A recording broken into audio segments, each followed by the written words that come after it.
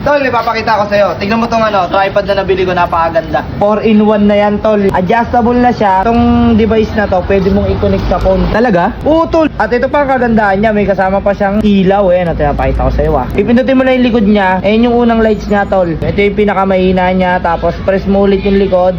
Pangalawa, tapos kung gusto mo talagang sobrang linaw, lalo na pagkatulad nyo, hindi na siya daylight, no? So, gamitin mo to, pindutin mo ulit. So, yan, mas malakas na yung ilaw niya. Kita mo, pogi natin. Solid. Tapos, all you have to do is, click mo lang to, hanggang sa mabas lang yung light niya na color blue.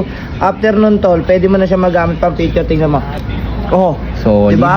Ang kagandahan doon is adjustable pa siya ng mahaba. Para pag magpipicture tayo tapos gusto mo makita yung background natin, di pindutin mo lang. Ang angas, diba?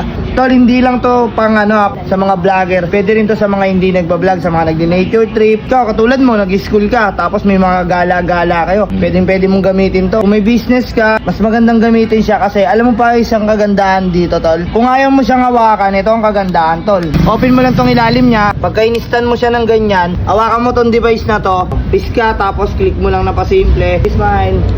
Papang, may picture na tayo, tol. Mukhang mamahalin naman yan, tol. Mukhang nasa 1,000 na ata yan eh. Hindi nagkakamali ka. Mura lang yan, tol. Alam mo magkano yan? Magkano? 120 pesos only. Meron ka ng 4-in-1 tripod cellphone holder. Saan naman yan nabibili? Saan pa? Click mo dyan sa yellow basket.